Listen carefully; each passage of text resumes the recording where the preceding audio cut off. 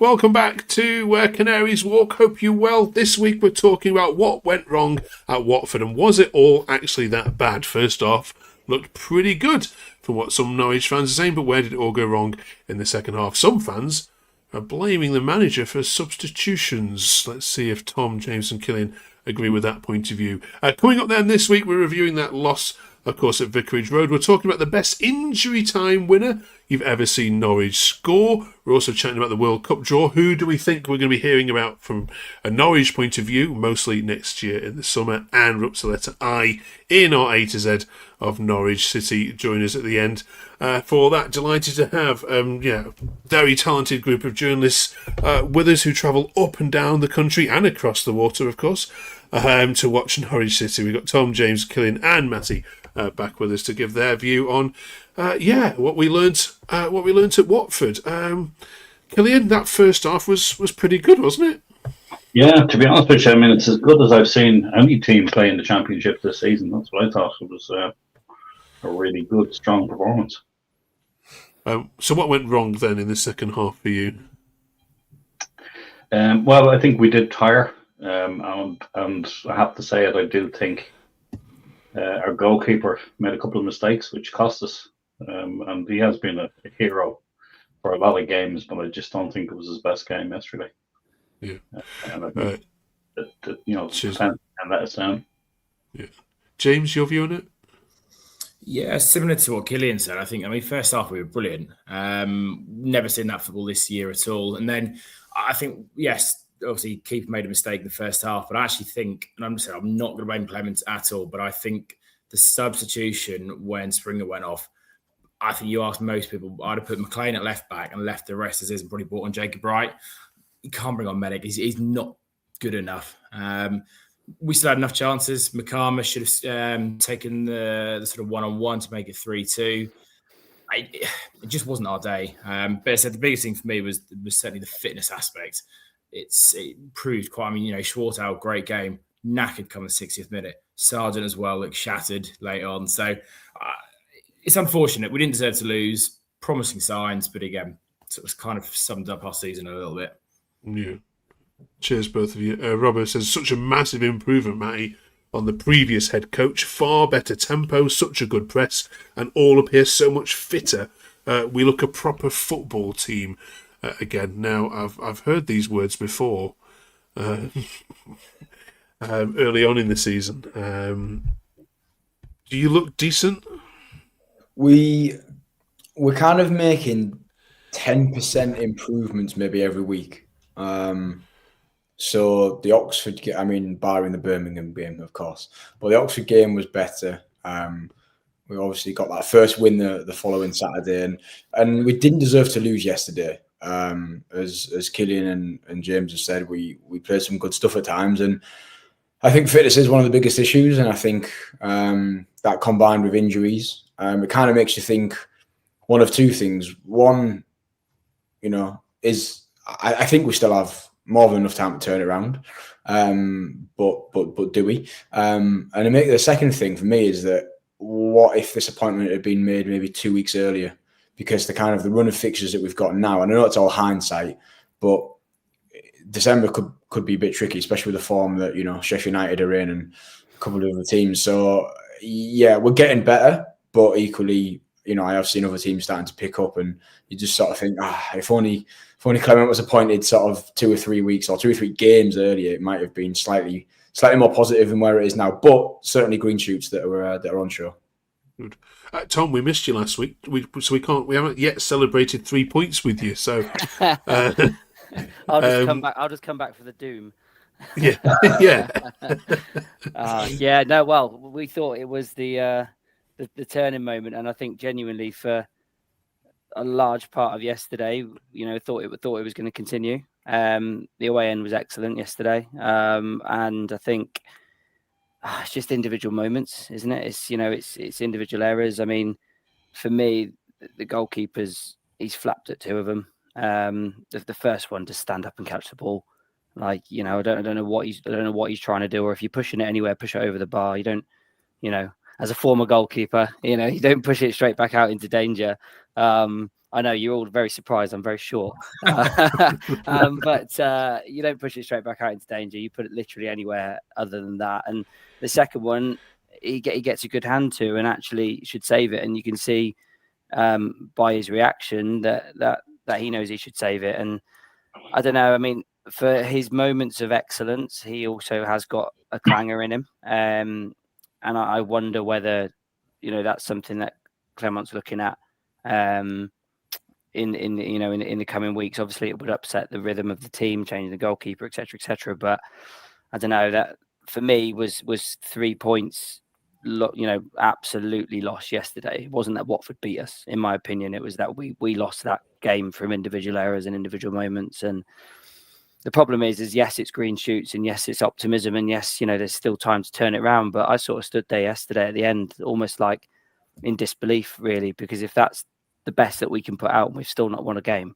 or still not won the game, it's kind of like, what's it going to take? And it does feel like, I don't know, negative Tom coming back, but it does feel like, obviously, like like Matty said, we've got some really tricky games coming up, and we could genuinely lose the next 3. And then we're really staring down the barrel. So, cheery return for me, Mark. I want to get all your views on this next one, because I think it's divided opinion. Moleman says, we lost the game because this is in direction, of course, the manager's interview after the game, brought on Medit. Hopefully, he saw enough today to never play him again. So 2 points, of course, here. Was the game lost because of the substitutions? How much do you agree with Moleman in terms of never wanting to see this particular player again? Open discussion. Yeah, I mean, from my perspective, I think he's been slow all season when he's played. Maybe Clement is the man to speed him up. Other players haven't been very slow. Don't think he's a miracle worker. Yeah, I was going to say, unless he sticks the hot poker up his. But we do have a problem at the centre backs, especially with Darling suspended now. So he's going to have to either put Duffy or Medic in if Duffy's fit. Issue is it's not just central defence. We haven't really had a fit left back all year. When he's played Kellen Fisher at left back, and again comes back to the recruitment aspect, comes back to the Napa conversation. I don't really want to talk about Napa this week. I feel like that's what we've done all season so far. I don't think you can blame the loss on that one substitution yesterday. Did it impact it? Potentially. But I said, Tom touched on 2 of the goals were definitely avoidable. We missed 2 or 3 really golden opportunities. But also, I feel for Clemens, he has got his hands tied. We've got no pace going forward, really. Yesterday was crying out, take Schwarzer off and bring on someone with a bit of pace. So Jurasek was sat there, but obviously we know what happened there. But we haven't seen because he's not really done much. But yes, he was sat there. Whether or not he had half an eye, maybe on Tuesday, keeping him for who knows. I don't really want to see Medic again necessarily in a Norwich shirt too much. But who else could he really have bought apart from said McLean going left back and then maybe Wright coming on in midfield? To your point, about him being slow, Medic being slow, not just his pace that's slow. It seems like his decision making slow as well. Like, I don't know if that's what you sort of were alluding to, or if you would genuinely move it. I mean, the fact that he's got the turning circle of a caravan, but I think as much as Shane Duffy's been, he's had his pelters, and rightly so. I actually think we might have been, and I know he wasn't available for selection, so it's a completely irrelevant point. But in a strange world, he would have been a better option to have had than Medic yesterday, which is, I can't believe I'm quite saying that, but it puts us in a tricky position for the upcoming games, doesn't it? The players don't look like they trust him.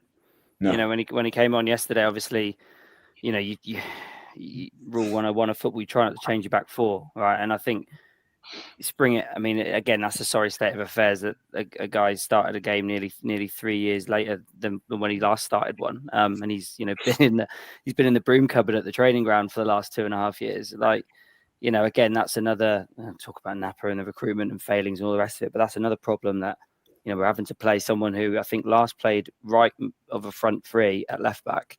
2.5 years. When we did play, but I mean, we were looking yesterday. I think we've had him for 7 or 8 years, and yesterday was the 11th appearance. And he's 23. Yeah. How does that work?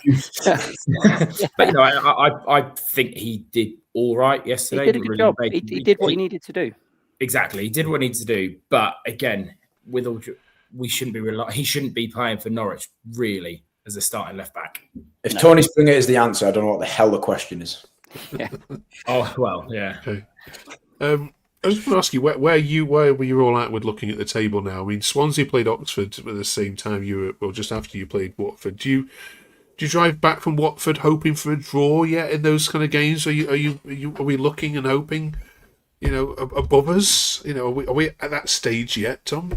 Yeah, I mean, I obviously we were the 12:30 yesterday, so I had an eye on the 3:00s, and when Sheffield United are putting goals in, they're out of it. Do you know what I mean? They've got momentum now. They'll pull themselves out of it. I look at teams like Swansea, Oxford, Portsmouth, and you kind of go, Norwich, really? But then, like we said, however many weeks ago, we're not too big to go down. And I think the problem is obviously that we're, almost starting with a handicap of not having the points on the board, because again, yesterday we said it walking away from the ground that the quality of the game was that of two sides going for the top six. That was the quality of the game at points yesterday, was a top 10 fixture.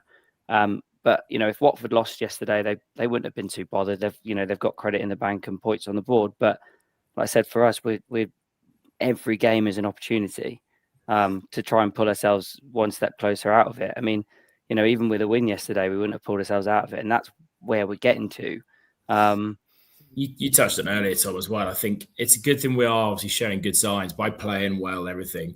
But at the end of the day, if we are playing as well, it's still not picking up points, because we've got a tough run of fixtures now. Sheffield United, Southampton, Preston. You easily looking at 0 points here, and then you're looking at the other teams around us. If they pick 2 or 3 points up, we're then again 2 wins behind even being level with them. I think that for me, I think we touched on last week, that Christmas period of Charlton at home, Watford at home, QPR away, that for me will be the telling part of this season, whether or not we are in with a shout of staying up or we're done and dusted. I almost think we might need 7 points from them 3 you just mentioned, or 9, and then Stoke at home on January, is it the third or fourth? So those four games in a week really after Christmas is. But unfortunately, with our squad, we're limited with options. This is where you need to have a bigger squad, hopefully, to have a bit of rotation, because come that QPR and Stoke game, a lot of the players would have to play pretty much 90 minutes up until then. Yeah. Cheers, Charlie. Charlie's been putting comments in here. Performance and effort is much better, but we are still creating our own errors. If we can stop that, we'll be all right. Yeah. Do you agree, Killian? Yeah, absolutely. I think Clement said it during the week that we will have errors and make mistakes, and I think that's natural. But some of the mistakes we're making, we did this under Manning time and time again. We kept losing matches in the same way, and we definitely need to stop that. And it's I think we've got a good chance, but that we've got to cut out those mistakes and we've got to take the chances we're getting.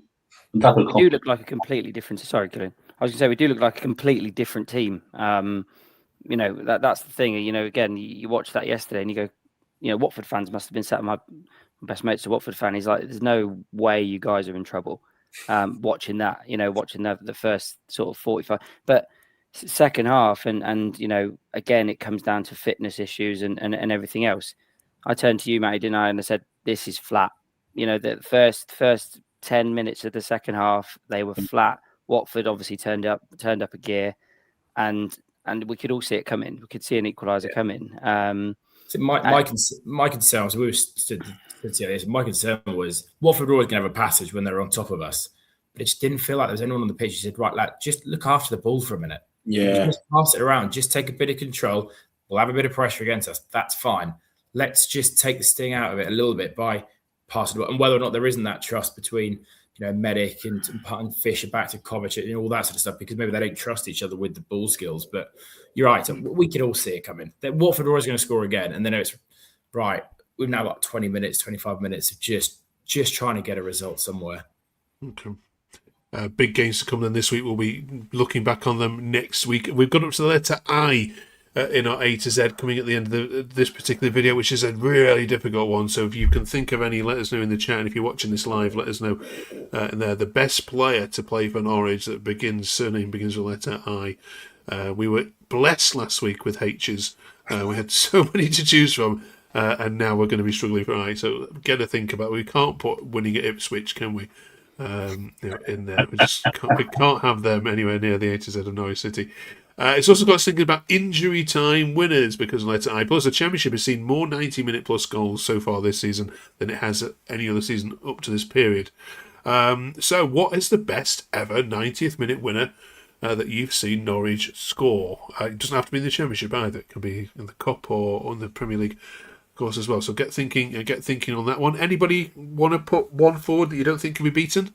Yeah, I'm telling you now that Simeon Jackson's 3-2 against Derby in April 2011 cannot be beaten, both in terms of what it meant, but also Chris Gorham's commentary. Yeah. Chance blocked on the line, it's going to go in, and still kind of gives me goosebumps. So, and Robbie Savage was playing for them as well. So, yeah. Fun, weird little fact. Rob Edwards came on for us as a sub that day. Weird. Wow. Totally forgot about him playing for us. I do think for atmosphere, though, I think Forsham's 2 goals against Coventry in injury time were pretty yeah, that was good. Yeah. Millwall, was it Millwall 4-3 under Farker? Yes. Yeah. There was a Gary Hooper goal away at Bolton in 2015, yes. 93rd minute. And I remember it so well because I fell from the top step to the bottom in the away end and just celebrated. It was absolutely brilliant. My ribs for about a week after that were in bits, but it was fully worth it. Pretty sure me and my dad decked it that day with that goal as well. I think a lot of us did, if I remember correctly. God, it's amazing you're all still alive to do that. I'm with Sage. I think you won't beat the Derby game. Okay, we're going with the Derby one. Yeah. Okay. Right. In the comments, have they missed any though? Let us know. Other bits in football as well this week. We've had the World Cup draw, of course, which was the most bizarre thing going on. The way they staged it anyway. This week, got us thinking. When we're watching the games, will we hear the word Norwich a lot from the commentators? In particular, who do we suspect? I mean, I don't know where Sargent is at, of course, with his place in that USA squad. But aside from him, who else do we believe we might be hearing a bit about? Well, McLean will be the obvious one. Obviously, following on from his goal recently for them, and then obviously Cordoba, Panama against Harry Kane, which will be interesting. Yeah. Forgot about that actually. Yeah, and of course, whatever multi-million pound signing we bring in January, that's going to go and play in the World Cup as well, right? So, yeah, it'd be interesting to see if Sarge gets there. I think it's probably part of the reason why he maybe stayed with us in the summer was because he thought, hold on, 25, 30 goals, being an obvious candidate for the World Cup. Obviously, Lundell, that's his first goal yesterday for a number of games, but hopefully for him, Sarge makes it. Okay. Brilliant. And then finally this week, the letter I. Charlie suggested Ewan Roberts, which would count for R, Charlie. But when we get to R, we'll count for that. But cheers. Has anyone got anything? Yeah, well, we've got Preston coming up soon. Oh, I know where this is going. You do, wasn't it? There was one little young Irish man who scored a hat. Adam Eder. Fair play. Ian's got the Irish mention. It took us 18 and a half. I was going to say, as soon as you mentioned Preston, I was like, yeah, this is going down to Eder. It's going to have to be, isn't it? I think I've got another one. Yeah, Charlie says apologies. I don't know doing last names. Yeah, sorry, Charlie. Yeah, last names only. I'm afraid to make it harder. Yeah, that's a shout. Yeah, Eder. Yeah, is that? I mean, I do feel a little bit like our A to Z is nose diving here in terms of heroes, but any others? No, not surnames. I don't think. Probably isn't a player with an I name. William Ingham. Yeah, no. Dave Firth. Don't know. Not on his Wikipedia entry. Oh, hang on. 1882. Yeah, we'll go with Adam Eder then, shall we? Yeah. Okay, right. Fair enough. Let us know in the comments if you can help us out. Next week it's Jay. Now there's a few for Jay. We can definitely think of some for that. So join us for that. Right. Good luck against the Blades in Southampton.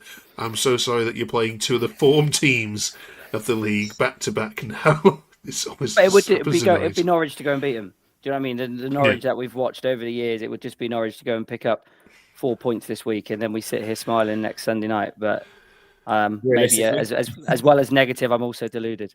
Absolutely. And many other things. Brilliant. Anyway, the shortest goalkeepers ever played. Yeah, cheers. Nice one. Cheers guys. Drop us a sub if you haven't yet done so. Drop us a quick like as well, and let us know your favourite 90th minute goal that you've seen scored as well. And read some of these out next week. Thank you very much, you four. Have a safe trips, of course, to Southampton. We'll see you the other side of it. Have a good week. Cheers. Thanks.